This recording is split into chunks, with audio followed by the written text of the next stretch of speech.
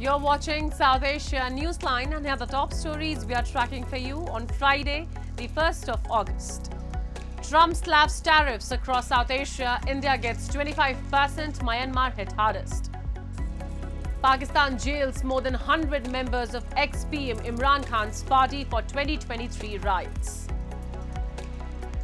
And Bangladesh may slide back to confrontational politics, analysts fears.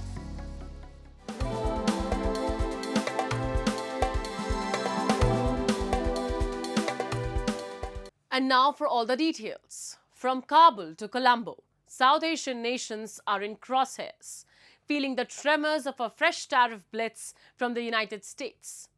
President Trump's latest executive action imposes what he calls reciprocal tariffs on over a dozen nations, many of them in South Asia. We have a report. As the self-imposed deadline of US President Donald Trump for trade deals ended on Friday, the president signed a new executive order slapping tariffs on dozens of trading partners, including India, Pakistan, and other South Asian nations. In the executive order signed on Thursday evening local time, Trump said some trading partners, despite having engaged in negotiations, have offered terms that, in my judgment, do not sufficiently address imbalances in our trading relationship or have failed to align sufficiently with the United States on economic and national security matters, a veiled reference likely at India. In a post on social media ahead of the August 1st deadline, Trump had announced a 25% tariff along with penalties on New Delhi, despite both countries being engaged in trade negotiations. The penalties, Trump said, were due to India purchasing Russian oil and being a major importer of defense equipment from Moscow. Although talks with India are ongoing, New Delhi has vowed to protect its labor-intensive farm sector. According to a Bloomberg report, India is weighing its options to placate the White House and has ruled out immediate retaliation. However, the report adds that India has informed the US it is not keen on purchasing the F-35 stealth fighter jets offered by President Trump during Prime Minister Narendra Modi's visit to Washington. So India should just watch out these things, how they unfold in the next, say, 2-3 months. There is no need for any countermeasures. Let's see all the announcements of Trump in the next 2-3 months, and then we can take a considered view.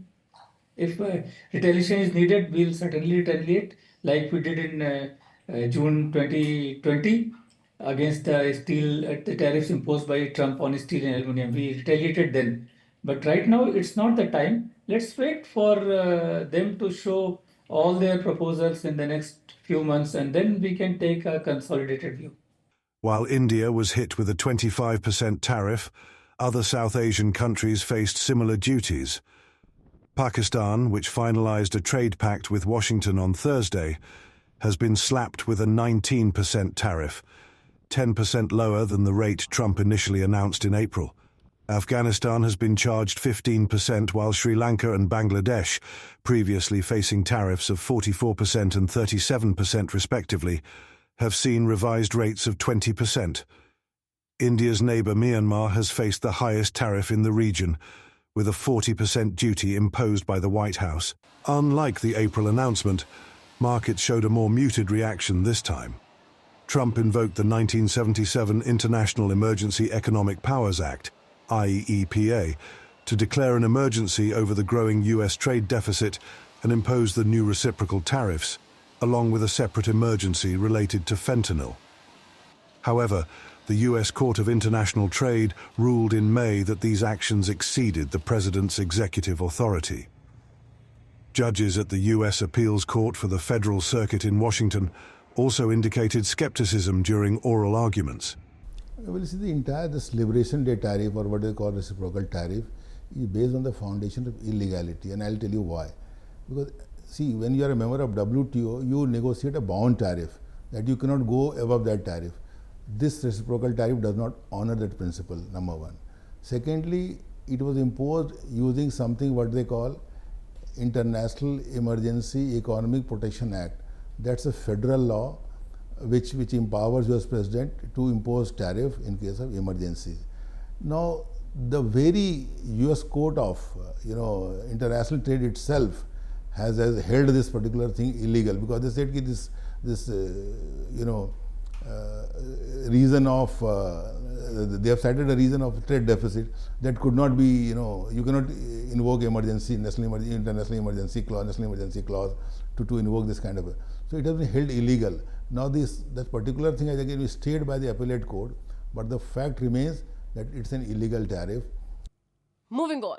A Pakistani anti-terrorism court on Thursday sentenced more than 100 members of jailed former Prime Minister Imran Khan's party to prison terms on charges related to riots that targeted military sites in 2023, a court order said. 58 of the defendants, who included parliamentarians and senior officials, were sentenced to 10 years in prison, and the rest were given sentences ranging from 1 to 3 years, the court said. These include Omar Ayub Khan and Shibli Faraz, the leaders of Khan's opposition Pakistan Tehreek-e-Insaf party, in the lower and upper houses of parliament, respectively. Khan, who has been in prison since 2023 facing charges of corruption, land fraud and disclosure of official secrets, is being tried separately on similar charges related to the riot. The government accuses him and other leaders of inciting the May 9, 2023 protests, during which demonstrators attacked military and government buildings, including the army headquarters in Rawalpindi. While Khan denies any wrongdoing, the ruling is the third such mass conviction this month. Khan's party says they have included at least 14 of its parliamentarians. They will lose their seats in parliament under Pakistani laws, which will shred the opposition party's strength. The Baloch Advocacy and Studies Centre held its first public seminar this week in London, aimed at raising global awareness about the grave human rights abuses faced by the Baloch community in Iran and Pakistan. The event amplified voices of victims, exposed patterns of state violence, and rallied international support for justice. We have a report. The Baloch Advocacy and Studies Centre, an independent and non-partisan organisation in collaboration with the SOAS Iranian Society, hosted an important seminar this week at the SOAS University of London, highlighting the ongoing human rights violations against the Baloch people in Iran and Pakistan. The sessions addressed state violence in Balochistan, Iran and Pakistan, focused on extrajudicial executions and their disproportionate impact on women and children, including testimonies from family members of victims. The speakers also stressed issues like enforced disappearances and extrajudicial killings of Baloch people in 2024, noting that students and labourers were among the most targeted, and emphasised that many of these atrocities, committed by Pakistani state forces, appear to be acts of retaliation and collective punishment directed against the Baloch population as a whole. The attendees expressed solidarity with the victims and their families, and demanded support for those advocating for justice, particularly the Baloch Yakjeti Committee. BASC reaffirmed its commitment to research-driven advocacy and pledged to continue working in collaboration with all those who stand for human rights and justice in the region. This seminar marked the Centre's first public event and previewed findings from its forthcoming annual human rights reports, to be released in August 2025. In both Pakistan and Iran, the Baloch have been systematically excluded from the mainstream of politics. The military and theocratic structure of these states maintain unequal power dynamics, fueling injustice and human suffering. Despite the repeated peaceful appeals and protests, Pakistan has failed to address the legitimate grievances of the Baloch people. Instead, it has intensified. Bangladesh's interim government, led by Nobel Peace Laureate Muhammad Yunus, is facing growing public frustration and political unrest as it struggles to manage the transition to national elections, with some experts fearing of a slide back into confrontational politics. Despite promises to hold elections early next year, no official date has been announced yet. The government is grappling with delays in institutional reforms and rising tensions amid fears of worsening instability. Experts warn that without political consensus, the fragile law and order situation could spiral out of control, deepening the country's political divisions. Even if we have just simple election, free and fair election, it will get us back to 1991, when we had election in every 5 years, but within those 5 years, the governing party took absolute control of the state machinery to collect rent, to offer rent to its loyalists, and create all the problems. So is that really the future that we want? Last year, student-led uprising forced long-time Prime Minister Sheikh Hasina to flee to India, shaking Bangladesh's political landscape. Recent violent protests, including a deadly rally in Gopalganj, highlight rising instability. So if the nasty politics continues, I see no chance of consensus. I see back to confrontational politics. That's the most pessimist scenario. Hopefully, at one end, the most optimistic scenario, on the other hand, the most pessimistic scenario. If you want me to bet, unfortunately, I will say that right now, today, considering everything, things look a lot pessimistic.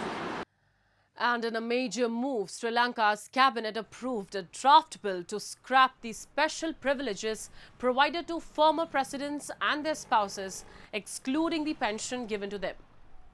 The cabinet in June approved the drafting of the bill that seeks to repeal the Presidential Entitlements Act of 1986.